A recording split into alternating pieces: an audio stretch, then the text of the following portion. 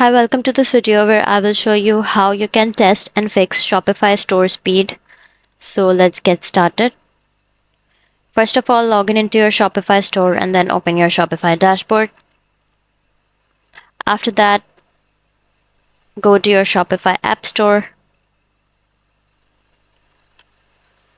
After clicking on the apps button, you have to go to your Shopify app store and then search for the app page speed optimizer.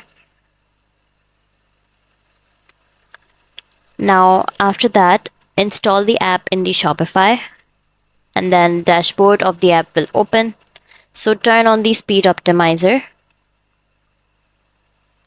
After turning it on, go back to the store and now test the speed by using the store.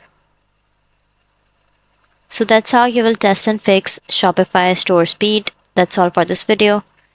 If you find this video helpful, please like and subscribe to our channel, and thank you for watching.